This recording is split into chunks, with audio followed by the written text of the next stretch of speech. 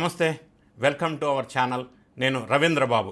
ఆంధ్రప్రదేశ్ రాష్ట్రంలో పవిత్రమైన తిరుమల లడ్డూ ప్రసాదంలో కల్తీ నెయ్యి వ్యవహారంలో రోజుకొక కొత్త టాపిక్ వెలుగులోకి తీసుకొస్తా ఉన్నారు వైఎస్ఆర్ కాంగ్రెస్ పార్టీ శ్రేణులు. ఈ మధ్యకాలంలో వైఎస్ఆర్ కాంగ్రెస్ పార్టీ శ్రేణులు ప్రధానంగా భూమన కరుణాకర రెడ్డి నేతృత్వంలోని కొంతమంది వ్యక్తులు తిరుమల తిరుపతి దేవస్థానంలో కల్తీ లడ్డు వ్యవహారంలో హెరిటేజ్ సంస్థ పాత్ర ఉంది, దాని వెనక చంద్రబాబు నాయుడు గారు ఉన్నారు. చంద్రబాబు నాయుడు గారు హెరిటేజ్ సంబంధించిన నెయ్యిని తిరుమలలో సప్లై చేయటం కోసం ఈ కల్తీ నెయ్యి వ్యవహారాన్ని సృష్టించాడు అని ఒక కొత్త అంశాన్ని వెలుగులోకి తీసుకొచ్చారు. అంతేకాకుండా ఇప్పటి వరకు వైఎస్ఆర్ కాంగ్రెస్ పార్టీ ఏదైతే స్టాండ్ తీసుకున్నారో నెయ్యిలో కల్తీ జరగలేదు అని చెప్పి మనకి స్పెషల్ ఇన్వెస్టిగేషన్ టీం వాళ్ళు క్లీన్ చిట్ ఇచ్చారు అని ఇప్పటి వరకు చెప్పుకుంటూ వచ్చారు. ఇదే మాటని వైవి సుబ్బారెడ్డి కల్తీ జరిగింది కానీ జంతువుల అవశేషాలు లేదు అని ఒక కొత్త అర్థం చెప్పారు. అయినప్పటికీ వాళ్ళు ప్రజల్లో క్లీన్ చిట్ ఇచ్చారు అని చెప్పుకుంటూ ఉన్నటువంటి వైఎస్ఆర్ కాంగ్రెస్ పార్టీ మరి ప్రస్తుతం ఈ హెరిటేజ్ పాత్రని వెలుగులోకి తీసుకొచ్చారు. చంద్రబాబు నాయుడు గారి ఇన్వాల్వ్మెంట్ని తెర మీదకి తీసుకొచ్చారు. ప్రధానంగా సాక్షి మీడియాకు సంబంధించి ఈ మధ్య కాలంలో భారీ ఎత్తున కథనాలుగా పుంకాలుగా వచ్చిన విశ్లేషణ ఏంటంటే ముందు నొయ్యి వెనక గొయ్యి అన్నట్టుగా ఉంది పరిస్థితి. హెరిటేజ్ నెయ్యిని సప్లై చేయటం కోసం చంద్రబాబు నాయుడు గారు ఈ కుట్రను పన్నారు అనేది వెలుగులోకి తీసుకొచ్చారు. సాక్షి మీడియా వెలుగులోకి తీసుకొచ్చిన పాయింట్స్ చాలా ఇంపార్టెంట్ పాయింట్స్. అందరూ సబ్జెక్ట్ వైజ్ తెలుసుకోవాలి అని అనుకున్న వాళ్ళు ఈ వీడియో చూడండి. పార్టీలకి సంబంధం లేదు ఇది. ఆ పాయింట్స్ మీద నిజాలు ఉన్నాయా, నిజంగా నిజం ఉందా లేదా అనేది లాజికల్గా, లీగల్గా, టెక్నికల్గా మనం వివరణ ఇచ్చే ప్రయత్నం మాత్రం చేద్దాం. సాక్షి వాళ్ళు అలిగేషన్స్ ఏంటంటే పాయింట్ నెంబర్ 1, కుట్ర సిద్ధాంతం. అంటే హెరిటేజ్ లబ్ధి కోసం చంద్రబాబు నాయుడు గారు నెయ్యిలో కల్తీ జరిగింది అన్న విషయాన్ని వెలుగులోకి తెచ్చారు. Point number 1. పాయింట్ నెంబర్ 2, బినామీ సంస్థ అంటే Indapur dairy milk products private limited అనే సంస్థ హెరిటేజ్ చంద్రబాబు నాయుడు గారి సంస్థకి యాన్సిలరీ లేదా సబ్సిడరీ లేదా బినామీ సంస్థ, ఇది కూడా వాళ్ళ సంస్థే అన్న విషయాన్ని ఒక కొత్త కోణాన్ని ఇందులోకి వెలుగులోకి తీసుకొచ్చారు. ఏంటి ఇందాపూర్ అని మీరు అనుకోవచ్చు. మహారాష్ట్రలో పూణే దగ్గర ఇందాపూర్ అనే ఒక పేరున్నటువంటి ప్రాంతంలో Indapur dairy and milk products private limited అనే ఒక సంస్థ ఉంది. సో ఇప్పుడు వీళ్ళు వెలుగులోకి తెచ్చింది ఏంటంటే అది హెరిటేజ్ సంస్థకి సబ్సిడరీ అనేది. అది అవునా కాదా మనం ఖచ్చితంగా విశ్లేషణ చేద్దాం. ఇంకొక అంశం వీళ్ళు చెప్పేది ఏంటంటే 2014 అండ్ 2019 పీరియడ్లో 278 రూపాయల కేజీ నెయ్యి రేటుతోటి ఈ ఇందాపూర్ డైరీ సంస్థ తిరుమలకి సప్లై చేసింది నెయ్యి అనేది చెప్తున్నారు. 278 రూపాయలు కాబట్టి అందులో ఆ నెయ్యిలో అప్పుడు ఇందాపూర్ డైరీ వాళ్ళు సప్లై చేసింది కల్తీ జరిగింది.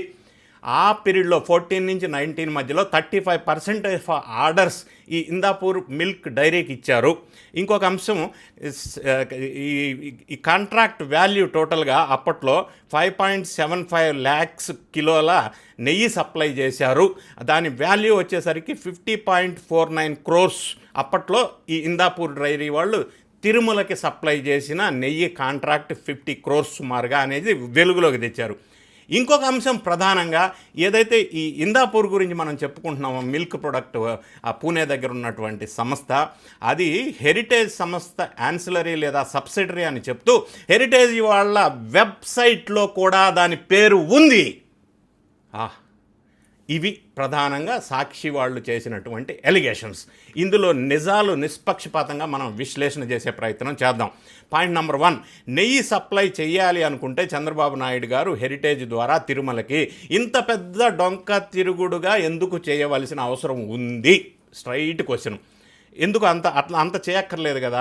For example YSR Congress party అధికారంలో ఉన్నప్పుడు మరి పేదల ఇళ్ల నిర్మాణం కోసం సిమెంట్ కావాలి అని చెప్పి భారతీ సిమెంట్స్కి అసలు ఆ సిమెంట్ కంపెనీ కెపాసిటీ కంటే డబుల్ కెపాసిటీ 3.5 లక్షల టన్నుల సిమెంట్ భారతీయ సిమెంట్కి పేదల ఇళ్ల నిర్మాణం కోసం జగన్ రెడ్డి గారు ఇచ్చి తద్వారా 610 కోట్లు లబ్ధి పొందారు భారతీయ సిమెంట్ ద్వారా. మరి అట్లా స్ట్రైట్గా ఇచ్చేశారు జగన్ రెడ్డి గారు. మరి ఆ విధంగా ఇచ్చే అవకాశం ఉంది కదా. అదేవిధంగా టన్నుకి ఇంత పెద్ద ఎత్తున ఆర్డర్ ఇస్తున్నప్పుడు రేటు తగ్గాల, కానీ భారతీయ సిమెంట్కి టన్నుకి 60 రూపాయలు పెంచి మరి ఇంత పెద్ద ఆర్డర్ ఇచ్చి లబ్ధి చేశారు అప్పట్లో. దానికి వెనక ముందు కూడా ఆలోచించలేదు. అదేవిధంగా భారతీయ సిమెంట్కి 774 ఎకరాల లైమ్ స్టోన్ మైన్స్ అనధికారికంగా రూల్స్ని వైలేట్ చేసి వాళ్ళకి 50 సంవత్సరాలు లీజుకి ఇచ్చారు. ఇప్పుడు అది కూడా విషయం వెలుగులోకి వచ్చింది. సో అది ఏ విధంగా లబ్ధి చేకూర్చారో, మరి ఎవరి కోసం లబ్ధి చేకూర్చారు, దానివల్ల 3,000 కోట్లు భారతీయ సిమెంట్కి లబ్ధి జరిగింది. అదేవిధంగా జగన్ రెడ్డి గారు అధికారంలో ఉన్నప్పుడు సాక్షి మీడియా సంస్థ కోసం 403 కోట్లు ప్రభుత్వ ప్రకటనల్ని సాక్షి సంస్థకి కట్టబెట్టారు. అదేవిధంగా సచివాలయ ఉద్యోగులు 2.5 లక్షల మంది ఉద్యోగులకి ప్రతి నెల సాక్షి పేపర్ కొనవలసిందే అనే నిబంధన పెట్టి నెలకి 7.5 కోట్లు అంటే ఒక్క సంవత్సరానికి 100 కోట్లు లబ్ధి చేకూరే విధంగా డెసిషన్స్ తీసుకున్నారు జగన్ రెడ్డి గారు. మరి ఆ విధంగా జగన్ రెడ్డి గారు చేశారు కాబట్టి చంద్రబాబు నాయుడు గారు హెరిటేజ్ నెయ్యి తిరుమలకి సప్లై చేయటం కోసం ఇంత పెద్ద డ్రామా అని వీళ్ళు అంటున్నారు. అంత డ్రామా ఆడవలసిన పనే ఉంది. సప్లై చేయాలి అని అనుకుంటే డైరెక్ట్ చేయొచ్చు కదా. నెయ్యికి కల్తీ గురించి ఎందుకు ఆయన ప్రస్తావిస్తారు అనేది నా ప్రధానమైన లాజికల్ క్వశ్చన్. ఇంకొక అంశం ఏంటంటే, ఈ ఇందాపూర్ మిల్క్ డైరీ ప్రొడక్ట్ మహారాష్ట్రలో ఏదైతే ఉందో అది హెరిటేజ్కి సబ్సిడరీ అని చెప్తా ఉన్నారు. సో ఒకవేళ సబ్సిడరీ అయితే కంపెనీ అనుబంధ సంస్థ అంటే 50% కంటే ఎక్కువ షేర్స్ హెరిటేజ్ అందులో ఉండాలా. కానీ హెరిటేజ్ అనేది ఒక పబ్లిక్ లిస్టెడ్ లిమిటెడ్ కంపెనీ. వీళ్ళు ఇన్వెస్టర్స్ రిలేషన్స్ రిపోర్ట్లో కానీ బ్యాలెన్స్ షీట్లో కానీ పబ్లిక్ డొమైన్లో కానీ Indapur milk dairy products subsidiary అని ఎక్కడ మెన్షన్ చేయలేదు. మరి ఒకవేళ నిజంగానే వీళ్ళ అలిగేషన్ ద్వారా నిజమైతే వీళ్ళు సెబీ లిస్టెడ్ కంపెనీ కాబట్టి వాళ్ళు ఆ ప్రస్తావన చేస్తారు కదా, ఎందుకు చేయలేదు? ప్రధానంగా ఈ లిస్టెడ్ కంపెనీ అని చెప్పాను కాబట్టి జగన్ రెడ్డి గారు ప్రముఖ పారిశ్రామికవేత్త, ఆయనకి ఎన్నో కంపెనీలు ఉన్నాయి. మరి ఆ కంపెనీలో ఏ ఒక్కటి కూడా లిస్టెడ్ కాదు. ఎందుకు కాదో మనకు తెలీదు. ఈ హెరిటేజ్ సంస్థ అనేది ఇండియాలో ఒక 10-15 చోట్ల మ్యానుఫ్యాక్చరింగ్ చేస్తూ ఉంటారు. అదేవిధంగా వీళ్ళు కొన్ని సంస్థల నుంచి జాబ్ వర్క్ ద్వారా కొన్ని ప్రొడక్ట్స్ తీసుకుంటుంటారు. అది అందులో భాగంగానే ఈ ఇందాపూర్ డైరీ అనే సంస్థకి వీళ్ళు జాబ్ వర్క్ ఇచ్చారు. అక్కడి నుంచి వీళ్ళు కొన్ని కాంట్రాక్ట్ అగ్రిమెంట్ చేసుకోవటం వల్ల చీజ్ కానీ పన్నీర్ కానీ ఇటువంటి సోర్సింగ్ అక్కడి నుంచి చేస్తూ ఉంటారు. ఘీ మాత్రం తీసుకోలేదు. సో ఇట్లా చాలా కంపెనీస్ చాలామందికి జాబ్ వర్క్ అవుట్ సోర్సింగ్ ఇస్తుంటారు కాంట్రాక్ట్ అగ్రిమెంట్ చేసుకొని. ఫర్ ఎగ్జాంపుల్ మనకి యాపిల్ ఫోన్ ఉందనుకుందాం. యాపిల్ ఫోన్ అనేది యాపిల్ కంపెనీ మాత్రమే తయారు చేయదు. ఇండియాలో చెన్నైలో తయారవుతుంది. అంత ఎందుకు మనకి ఆంధ్రప్రదేశ్లో శ్రీ సిటీలో ఫాక్స్కాన్లో కూడా యాపిల్ ఫోన్ తయారవుద్ది. అంటే యాపిల్ ఫోన్ వాళ్ళు వీళ్ళకి జాబ్ వర్క్ ఇస్తారు. అదేవిధంగా నైక్ అనే కంపెనీ ప్రపంచ ప్రఖ్యాతమైన కంపెనీ కూడా అవుట్సోర్సింగ్ లేదా జాబ్ వర్క్ ద్వారా వేరే కంపెనీల్లో తయారు చేసుకొని ప్రొడక్ట్స్ వీళ్ళు తీసుకుంటారు. అదేవిధంగా టాటా మోటార్స్ కానీ మహేంద్ర కానీ చాలా టెక్నికల్ కంపెనీలు, మెకానికల్ కంపెనీలు, ఆటోమొబైల్ కంపెనీలు కొన్ని కంపెనీలకి జాబ్ వర్క్స్ ఇచ్చి వీళ్ళు స్టాండర్డ్స్ స్పెసిఫై చేసి కొన్ని కాంట్రాక్ట్ అగ్రిమెంట్స్ పెట్టి ఆ విధంగా ఉండేటట్టుగా వస్తువులు తయారు చేయించుకొని వీళ్ళు తీసుకుంటుంటారు. అది సహజంగా ఇండస్ట్రీలో జరిగేటువంటి ప్రాక్టీస్. అదేవిధంగా హెరిటేజ్ ఇందాపూర్ డైరీ సంస్థకి ఇచ్చింది కాబట్టి అది యాన్సిలరీ అని సబ్సిడరీ అని ఇందాపూర్ సంస్థ వాళ్ళు డిక్లేర్ చేయలేదు. వాళ్ళు కూడా ప్రెస్ నోట్ రిలీజ్ చేశారు, మాకు ఎటువంటి మేనేజ్మెంట్తో సంబంధం లేదు అని. హెరిటేజ్ వాళ్ళు కూడా రిలీజ్ చేశారు, మేము ఓన్లీ జాబ్ వర్క్ ఇచ్చాము, అది మా సంస్థ కాదు అని. అయినప్పటికీ ఈ విధంగా ప్రచారం చేస్తున్నారు. ఇంకొక పాయింట్ నేను చెప్తాను, నేను చెక్ చేశాను. ఇందాపూర్ మిల్క్ ప్రొడక్ట్స్ అనే సంస్థ వాళ్ళ యజమానులు లిస్టెడ్ పేర్లు మనం చూసినట్టయితే డైరెక్టర్స్ ఎవరైతే ఉన్నారో దశరథ్ మానే, హరిశ్చంద్ర మానే అనే 2 పేర్లు ఉన్నాయి. వాళ్ళిద్దరు పేర్లకి చంద్రబాబు నాయుడు గారికి రిలేషను లేదు, చుట్టాలు కాదు, ఫ్రెండ్స్ కాదు. అది డిఫరెంట్ సంస్థగా ఉంది అన్న విషయాన్ని గుర్తుపెట్టుకోవాలా. అదేవిధంగా వీళ్ళు హెరిటేజ్ వెబ్సైట్లో ఉంది ఇందాపూర్ డైరీ మిల్క్ ప్రొడక్ట్స్ అని అంటున్నారు కదా.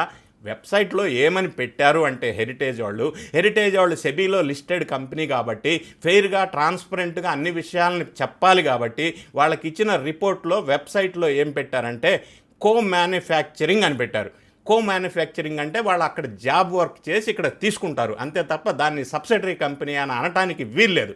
ఇట్ ఈజ్ ఎ B2B అంటే బిజినెస్ టు బిజినెస్ అనేది ప్రధానంగా గుర్తు తెచ్చుకోవాల్సిన అంశం. ఈ ఇందాపూర్ డైరీ అప్పట్లో సప్లై చేసిన నెయ్యిలో కల్తీ ఉందని బొమ్మన కరుణాకర్ రెడ్డి గారు అన్నారు. కల్తీ ఉందని ఆధారాలు ఉన్నాయా? అట్లా ఒట్టిగా జస్ట్ లైక్ దట్ బేస్లెస్గా ఏమన్నా రిపోర్ట్ లేకుండా ఎలా అనగలరు? దీని మీద హెరిటేజ్ సంస్థ వాళ్ళు లీగల్ యాక్షన్ తీసుకుంటామని కూడా చెప్తా ఉన్నారు. అదేవిధంగా ఈ హెరిటేజ్ సంస్థకి ఇందాపూర్ డైరీ మిల్క్ ప్రొడక్ట్స్కి ఆర్థిక లావాదేవీలు బ్యాంక్ స్టేట్మెంట్స్లో కానీ, షేర్ హోల్డింగ్ ప్యాటర్న్స్లో కానీ, యాన్యువల్ రిపోర్ట్స్లో కానీ, సెబీకి సబ్మిట్ చేసిన రిపోర్ట్స్లో కానీ ఎక్కడా కూడా సబ్సిడరీ అన్న మాట లేదు. కాబట్టి దీన్ని ఏ విధంగా వీళ్ళు ఎలిగేషన్ చేస్తారనేది మనకి ముఖ్యమైన అంశం. ఇది ఇంకొక అంశం ఏంటంటే ఇందాపూర్ మిల్క్ ప్రోడక్ట్ అనేది సహజంగానే అందరూ జాబ్ వర్క్ చేస్తారు ఇండస్ట్రీలో. వీళ్ళు కూడా వీళ్ళ ప్రొడక్ట్స్ని అమూల్కి కానీ, మదర్ డైరీకి కానీ, బ్రిటానియాకి కానీ, డొడ్లా డైరీకి కానీ పాల ఉత్పత్తుల్ని హెరిటేజ్కి సప్లై చేసినట్టే చేస్తూ ఉంటారు జాబ్ వర్క్. అది సహజంగా జరుగుతుంది. వీళ్ళు కూడా అదే చేస్తున్నారు. ఇంకొక విషయం వెలుగులోకి తీసుకొచ్చారు వైఎస్ఆర్సీపీ వాళ్ళు. ఈ ఇందాపూర్ మిల్క్ డైరీ అనేది గతంలో 278 రూపీస్కి సప్లై చేసింది 2014-19 మధ్య. ఇప్పుడు మళ్ళీ టెండర్లో పాల్గొంది ఈ సంస్థ. దానికి 658 రూపీస్ కేజీ నెయ్యిగా నిర్ధారించారు. అప్పుడు అంత రేటు 278, ఇప్పుడు 658. అదే కంపెనీకి మళ్ళీ టెండర్లో పాల్గొంది అని అన్నారు. టెండర్లో ఓపెన్గా ఇన్వైట్ చేసినప్పుడు ఏ సంస్థ అయినా పాల్గొనవచ్చును. అందులో అన్నిటితో పాటుగా ఇందాపూర్ డైరీ కూడా పాల్గొని ఉండవచ్చును. అప్పట్లో 278 రూపీస్ ఏదైతే ఉందో అప్పుడు పాల ధర 17 నుంచి 20 రూపాయలు, ఇప్పుడు పాల ధర 42 రూపాయలు. కాబట్టి ఇప్పుడు కాంపిటీషన్లో వాళ్ళు 650 రేట్ కోట్ చేసి ఉండవచ్చును. ఓపెన్ గ్లోబల్ టెండర్స్లో అది పాల్గొంటే అది ఏ విధంగా అది చెడు అవుతుంది, ఏ విధంగా చంద్రబాబు నాయుడు గారికి దాన్ని అన్వయించగలరా అనేది ప్రధానంగా చూసుకోవాలి. ఇంకొక అంశం నేను చూశాను, చెక్ చేశాను. ఇందాపూర్ డైరీ ప్రొడక్ట్ అనేది షిరిడి సాయి సంస్థానానికి కానీ, పంజాబ్లో స్వర్ణ దేవాలయానికి కానీ, గుజరాత్లో అంబాజీ దేవాలయానికి కానీ, ముంబైలో సిద్ధి వినాయక దేవాలయానికి కానీ ఇటువంటి చాలా దేవాలయాలకి వాళ్ళు నెయ్యి సప్లై చేస్తూ ఉన్నారు. 40 లక్షల టన్నుల పాల సేకరణ సామర్థ్యం కలిగినటువంటి Indapur milk products private limited, అది మహారాష్ట్ర పూణేలో ఉంది.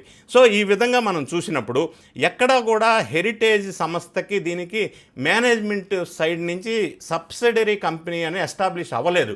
వీళ్ళు ఫాల్స్ ఎలిగేషన్ చేస్తే అది లీగల్ యాక్షన్కి దారితీసే అవకాశం ఉంది.